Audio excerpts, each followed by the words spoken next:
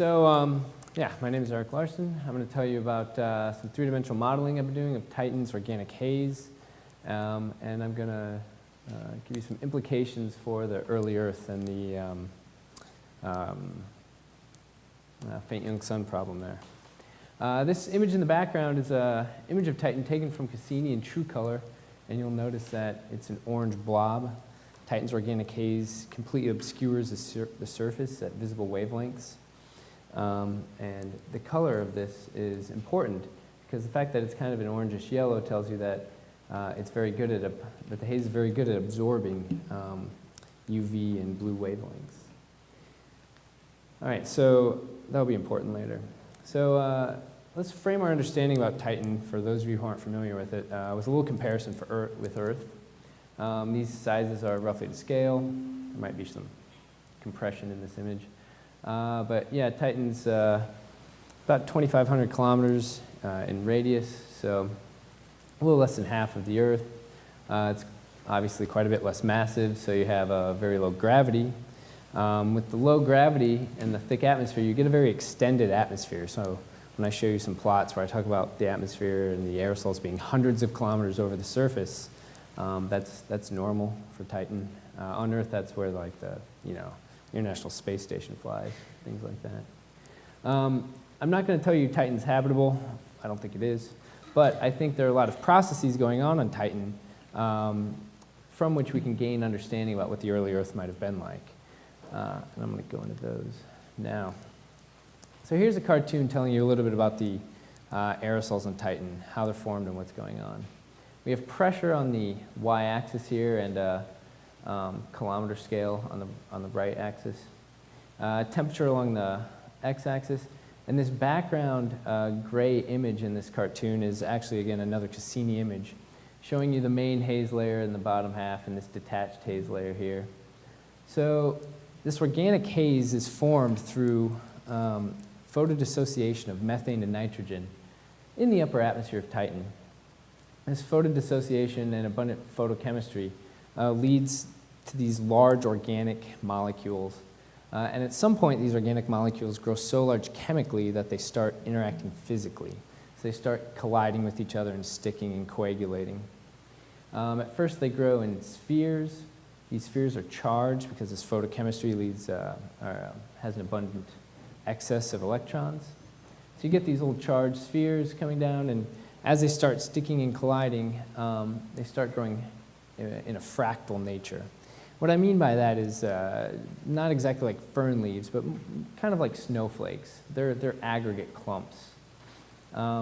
These things slowly settle and coagulate and eventually land on the surface where they contribute to things like dunes. Titan's really cool. One of the neat things about Titan are all these active processes going on that really make it one of the most Earth-like bodies in the solar system. So not only do we have all this organic material raining down, but it acts as seed nuclei for condensation of methane and ethane clouds that eventually precipitate out and make river valleys and seas on Titan's surface. The size that these aerosols coagulate into is really determined by the amount of charge that's placed on these molecules. And what I'm going to tell you about is some modeling efforts I've done using a three-dimensional GCM, so a global circulation model, which calculates all the temperatures and winds and pressure profiles everywhere on the planet. That's coupled with an aerosol microphysical model that tries to back out some of these numbers by comparison with spacecraft data. If you guys have any questions about any of this, just let me know. Feel free to interrupt. So I'm just going to go through a few examples of spacecraft data that we use to try to constrain some of these parameters.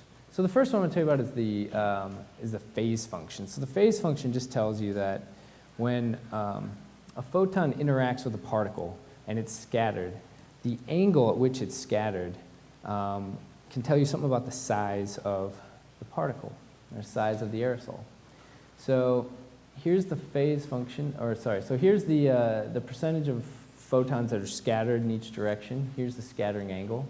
So 0 would be forward scattering. That's a photon interacting with that aerosol particle. and keep going forward. 180 degrees down here is just completely backscattered. The solid lines in here are our modeling results. The dashed lines are observations from the Huygens probe that landed on Cassini. And what I've got here is I have a different charge ratio. So this would be 5 electrons per micron radius on these aerosol particles. Here's 7.5, 10, 15. And you can see that some of these fit better than others. And it's really somewhere between 10 and 7.5 electrons per micron that gives us the best fit to these phase functions. So we can use plots like this to try and, oh, that's a lot louder, to try and constrain some of these values. And like I mentioned before, these charge ratios really affect the size that the aerosols grow to. And this makes a difference by about a factor of 3 or 4 in size. The next one we can use is we can use the extinction. So this is how much, how much of the light is scattered or absorbed at every layer in the atmosphere. These are vertical profiles at the Huygens landing site. The black dashed line here is the Huygens data. This is all different Cassini data sets from the equator. They're at slightly different times, but what I want you to show you is that there's a large diversity in the upper atmosphere, probably more so than the lower atmosphere in time. Anyway, we can use these vertical profiles to help constrain how much aerosol we should put in.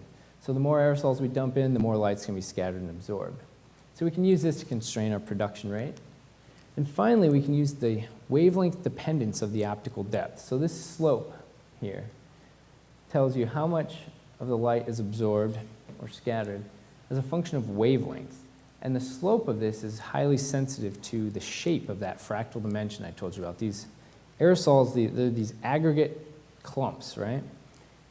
And if they're very spherical, if they're tightly compact, they're going to have a different slope than if they're very loose and stringy. And it turns out that the slope of this changes as you descend farther into the atmosphere, which indicates that the shape of the aerosols change. And we find that a fractal dimension of 2, which is about like a snowflake, is the best fit for high in Titan's atmosphere above 80 kilometers. But as we descend towards the surface, we really need to make the particles more spherical and more compact. All right, so we can use these spacecraft observations to help constrain these aerosol parameters. But why does that matter to astrobiology? Why should you care, and what does that mean for the early Earth? Well, not only can we constrain these aerosols, but these aerosols are really important for all kinds of atmospheric properties, especially temperature. So these aerosols, they absorb and scatter light, which is going to change the temperature profiles in the atmosphere, which is also going to drive the circulation. And I'll get into that in a second. But just to go back to this figure really quick, now that we've used these spacecraft observation to constrain particles, we can start throwing numbers into these different things. So for instance, these spherical aerosols, we call them monomers if they're still a sphere at the top of the atmosphere. We get about 50 nanometers that they grow. So these aerosols grow as spheres until about 50 nanometers. After that, they start sticking together into these fractals. We find that a production rate, this is kind of a meaningless number, 10 to the minus 14 grams per centimeter squared per second, is the best fit. This charge on the particles of 7.5, and this fractal dimension of 2, like I mentioned, like a snowflake. So we can start putting numbers to these so we can understand them a little better and get more accurate results. So this is important because these aerosols act as an anti-greenhouse on Titan. So you're all probably familiar with the greenhouse effect. I've got a schematic of it over here. In the greenhouse effect, we basically have this layer of atmosphere, or in a greenhouse, a layer of glass, that lets visible light through. That light's absorbed inside the atmosphere at the surface.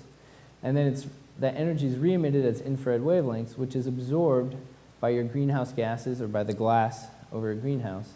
And then it's re-radiated in both directions. So you get more energy coming back and it heats up your surface.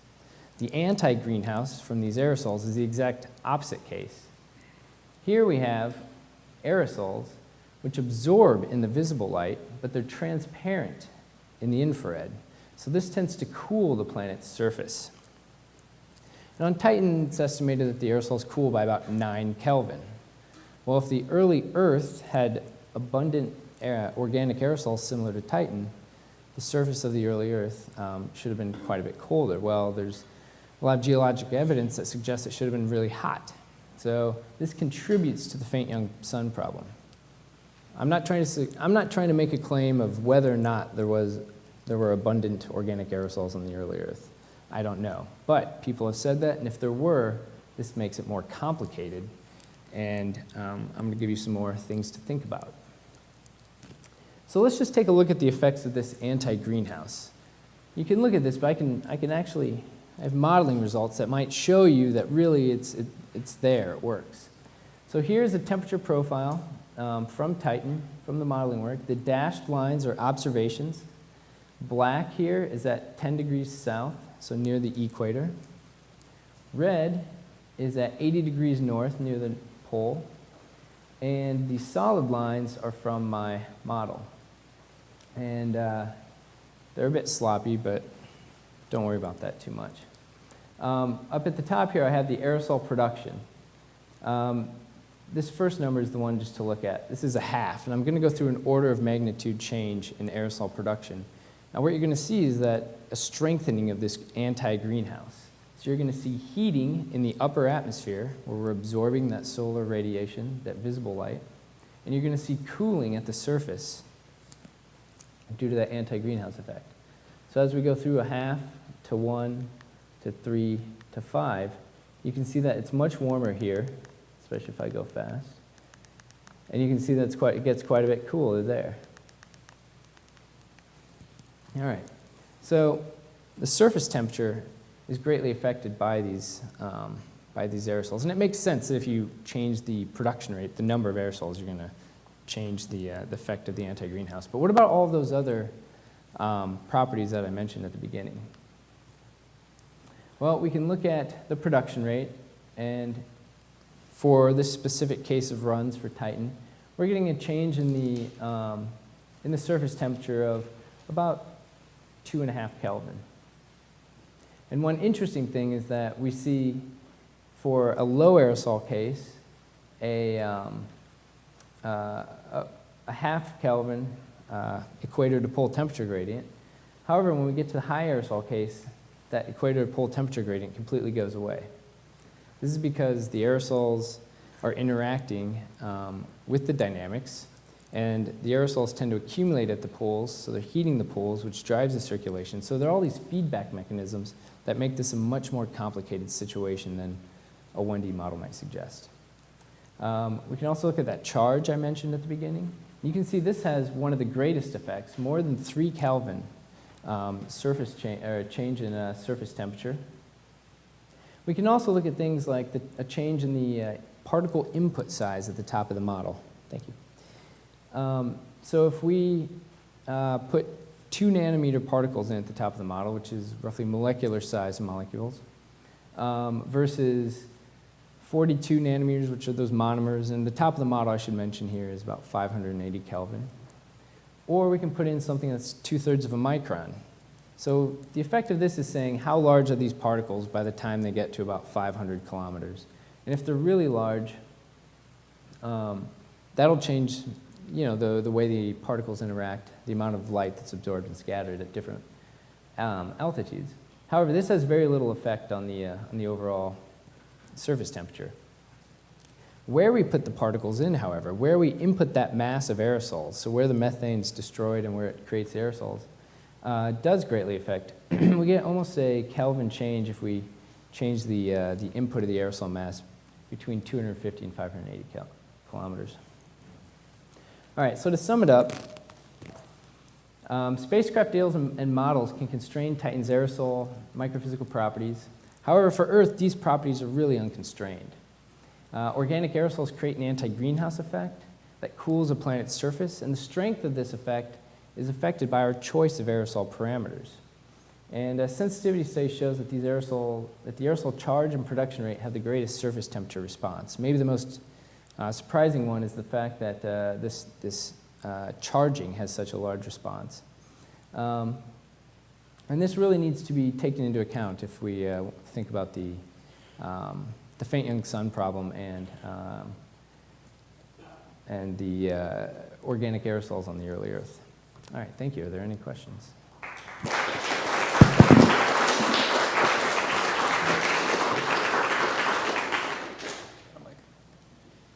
So thanks, Erik. Maybe one quick question because we are slightly behind schedule.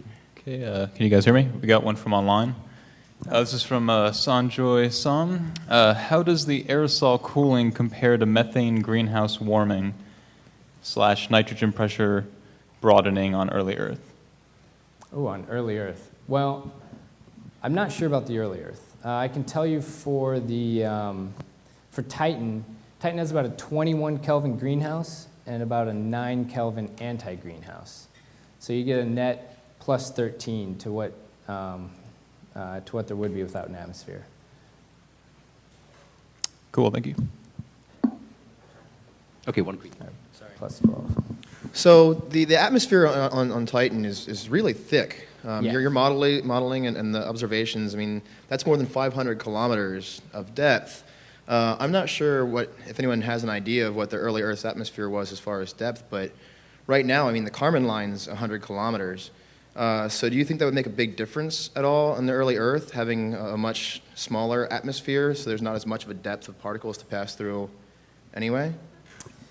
That's a good question. So on one hand, all your gas is compressed. So you have this, well, Titan has about 10 times the column mass, but you would have about you'd have about the same amount.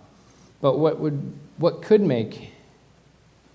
have an effect is the length of time it takes particles to fall. But again, that's usually dependent on pressure as well. So yeah, I don't know. You'd have to model it. I don't think it would change any of the major conclusions about about how these different aerosol properties affect the anti-greenhouse effect. Okay, let's thank Erik again.